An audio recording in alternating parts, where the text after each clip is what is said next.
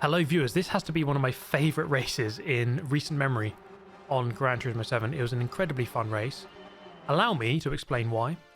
It's because of this massive braking zone after an incredibly long straight. These two factors, when combined, resulted in some very fearsome racing down the straight, sprinkling of carnage, before we then all hurtle towards this massive braking zone. Some of us get it massively wrong, turns into a lottery, and fun racing ultimately.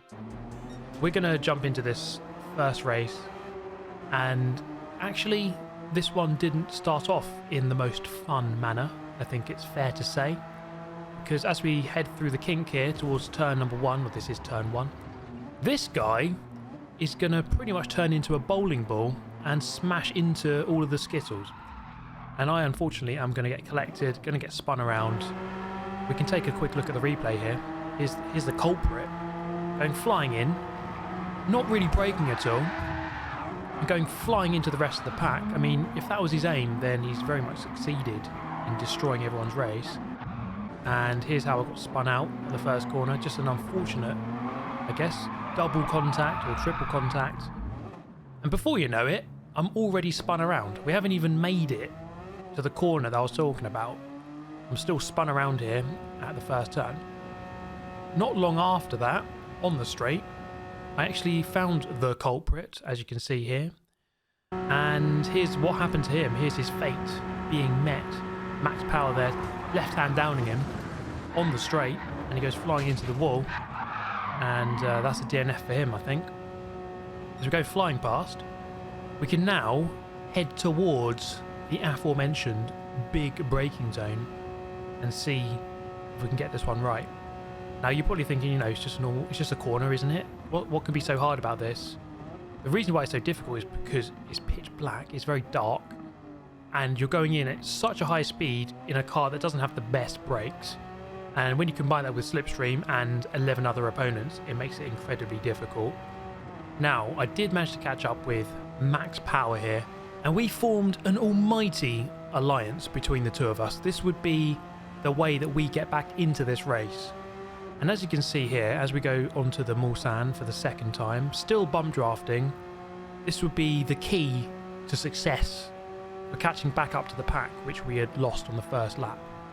And you can see here the speed difference between us and this poor soul who does not have any assistance, reaching now well over 200 miles an hour, whereas without Slipstream you're getting to about 180 or just over. In fact, with this bump here, hitting 210 momentarily, and so much higher speeds being reached once you start working as a team. The Slipstream was incredibly strong. I think it was set to weak for this race, but that did not describe it correctly. It was incredibly strong, incredibly overpowered, and that made for some funny moments, it must be said. So heading into, is it Arnage? You're probably going to have to correct me in the comments, as a couple of guys in front here with penalties, and the penalties are going to be something that's going to feature quite a lot in this race for a multitude of reasons. So we get one overtake done. We're going to get another one here as Silent Caliber comes up to the penalty serving line to serve the 1 second. And I mean, look at that, 6th position. Who would have thought it? But this race is not over yet. We still have time to gain another one, because as we head into the final couple of corners, well, I'm actually going to completely misjudge that one, and that's going to give me a penalty as we head through the final chicane. But funnily enough, some of the cars in front also got a penalty. The guy in front with a 1.5, and that put me into 5th position by a mere margin of 0.004. So incredibly close stuff. Into the second race, we were hoping to not get obliterated at turn 1 or 2, or for that matter, any of the turns. I suppose it does help when you don't get smashed off at any of the corners.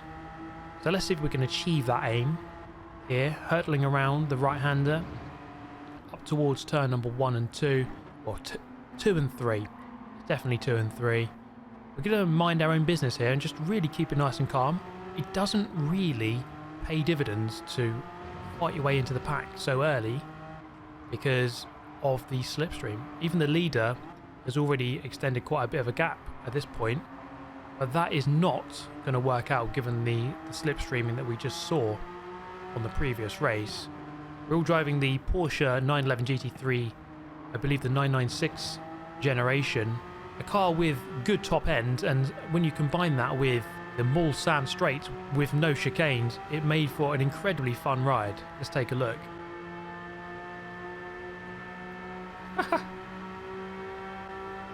No one wants to break the toe. We're going to catch the leader so quick.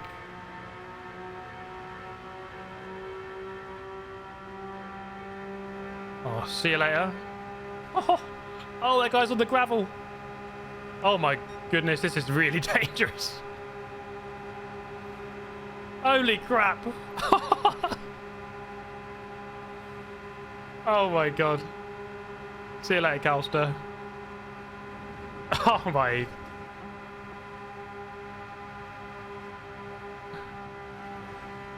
Where's the corner? Where's the corner? Oh, there it is. Where do we brake? Moving to the right.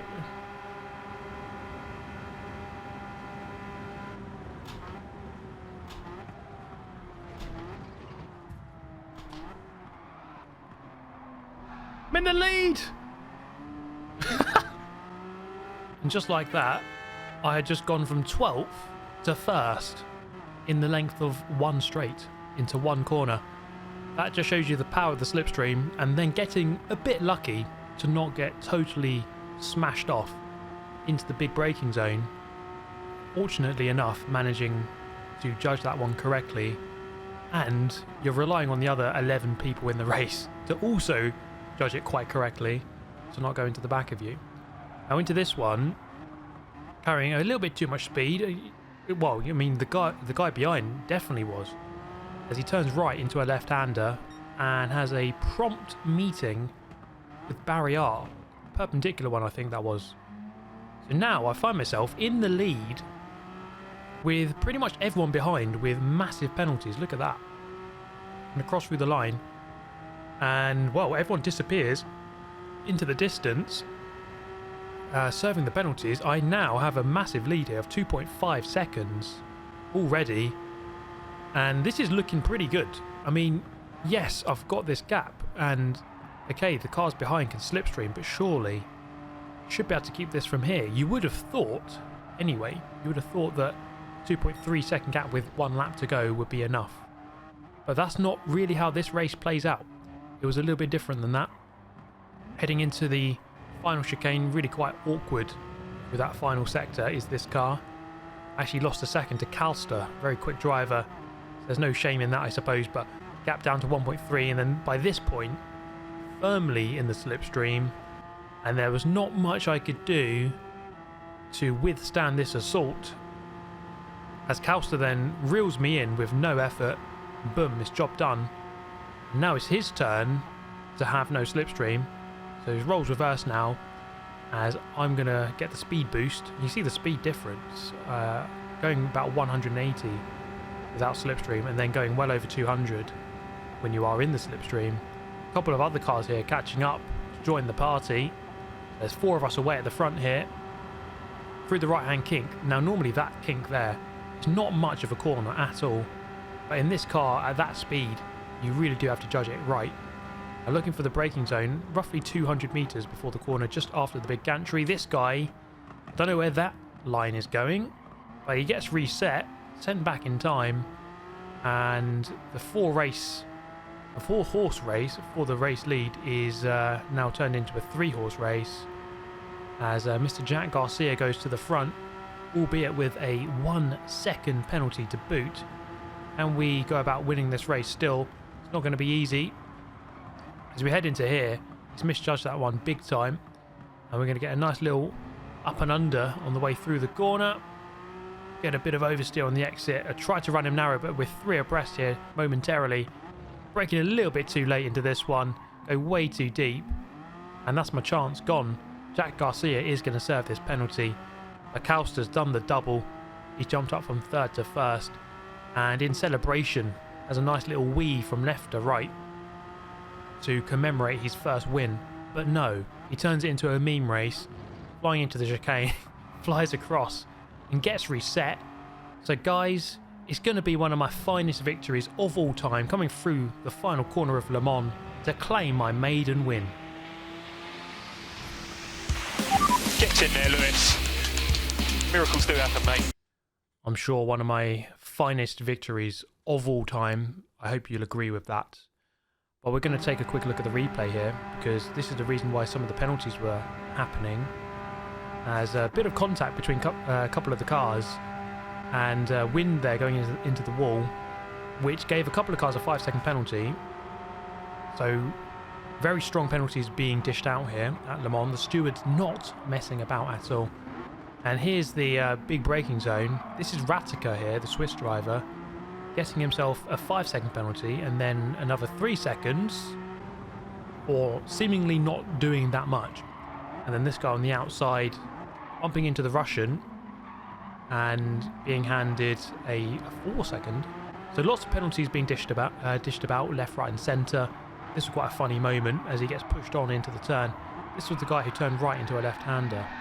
And boom, there he goes into the wall. It was indeed a perpendicular meeting. Well, we're going to move on to the third race. We're going to try and do the double. We are coming off the back of our very fine win in the previous race, which was completely done by skill and pure talent and nothing else. So we're going to go again here and try to complete the double back-to-back wins here at Le Mans. Heading into the first corner, it's really just about keeping it nice and calm. There is no need to fight too strongly at this point, given that you can do all of the work on the back straight. You can also undo all of your work on the back straight if you get it all wrong into the braking zone. This was a really fun race. Normally when you look at Daily Race A, it's a bit of a meme. This one definitely is a bit of a meme. Sometimes they're a bit boring. This one, I really enjoyed it. I think it was a fun race, a bit light-hearted, a bit of fun, not to be taken too seriously. But you can definitely rack up a couple of wins if you get a little bit lucky at some of these corners. So now we find ourselves in 8th position in this one, with a bit of a gap actually to the cars behind. So we're just going to try and put away here from the cars behind here as we accelerate now up above 200 miles an hour on the back straight. We're going to draft into the back of the Italian and give him a nice speed boost. You see the difference here in speed between some of the cars who don't get the speed boost in the slipstream. It's about timing your momentum. Now this guy is not sitting in the slipstream. He indicates to the right hand side. I'll gladly take the position for now. Coming up to the kink, there's the normal second chicane there on the left hand side, which of course we are not going through today. Through this kink, oh, the guy in front picking up the sparks off of the wall, not quite judging that one correctly. As we head towards the braking zone under the gantry, braking just before the 200 board, which is way before you'd normally brake. And then look at this, guys, the triple switcheroo, absolutely beautiful. Let's take another look. 1, 2 and 3, bang bang bang, 5th to 2nd, and then carrying such a good run off of the turn to go into 1st, 5th to 1st, pretty much because of one corner. A triple switcheroo. Crofty is going absolutely ballistic. Someone should check his pulse in the commentary box. You can't do 3 switcheroos in one, but well, now you can. Look at these guys come flying in. That is the speed difference you can get with the slipstream.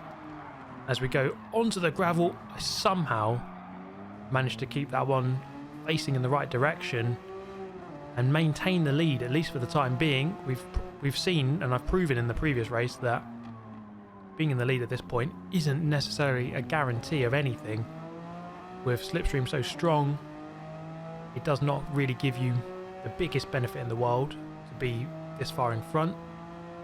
I do have a 0.5 second penalty to contend with for this race, and that is not going to help our cause. As we try and go through the final chicane, try and extend this gap to greater than the slipstream range, which I'm not quite managing at this point. The gap 0.9, which is not going to give me enough in tow. I mean, I'm going to need, I reckon you'd probably need 4 or 5 seconds clear going onto that straight to stay clear, stay in front of a group of cars who are working together. That just shows you how strong the slipstream is, and especially if people are bump drafting and towing each other down the straight. So with 1 second in the bank here, it's looking like it's not going to be enough, and so I'm going to have to be involved in a race here, in a tussle for the race win. Of course, we're going for the double, heading through Turret Rouge onto the Mulsanne for the second and final time in the race, and the gap is 1.1, but that is going to dwindle down very quickly as I try to swerve and move away out of the slipstream, but there's not much you can do. If the guys are working together and bumping, there's basically nothing you can do. He goes to the right hand side there, does max power, almost finding himself in the wall. Fortunately for him and the wall, they don't meet, as now it's game on here as we head down the straight. It's roles reversed as we get the speed back, as it's a four-way battle for the race victory here, with the 0.5 second penalty still to be served. So this could be quite tricky to navigate a win from here, but we'll see what we can do. Coming up to the braking zone, I haven't really misjudged it yet. I've played it quite safe so far. At this point, you know, we're going to just slowly bump into the back of max power, but we all make it through. I think by this point in proceedings, most people had kind of worked out exactly where you need to brake. Not that it makes it easy, especially when you're in a big group of all 12 cars going in there together at the same time. That's when it's truly a recipe for carnage.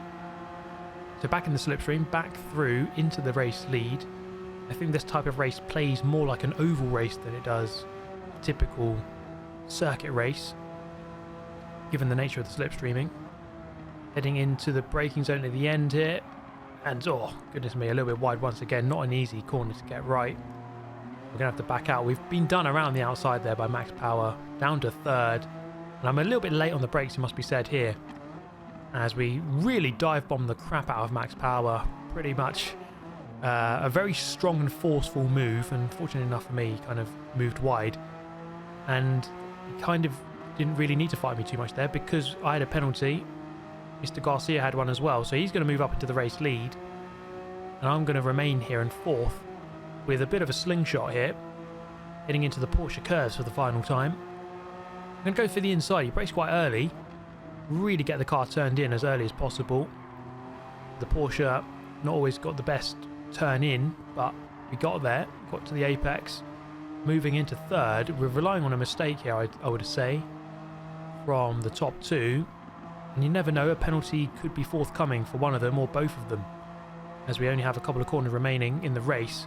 A little bit wide here for the final corner of the Porsche curves, and that's going to give the invitation to the Spaniard to move side by side with me, heading towards the forward chicanes here at the end of the lap and the end of the race, back down to fourth position as we head through the penultimate chicane. Not really looking for a gap here, as there isn't really one forming. Now just take a look at max power, as he is going to lose the race win right at the very end of the race in the last split seconds. I think it was 0.004 he loses the race by, but overall this was such an enjoyable race. Very, very fun indeed. Let me know your thoughts on it as ever. I'll see you next time. Goodbye.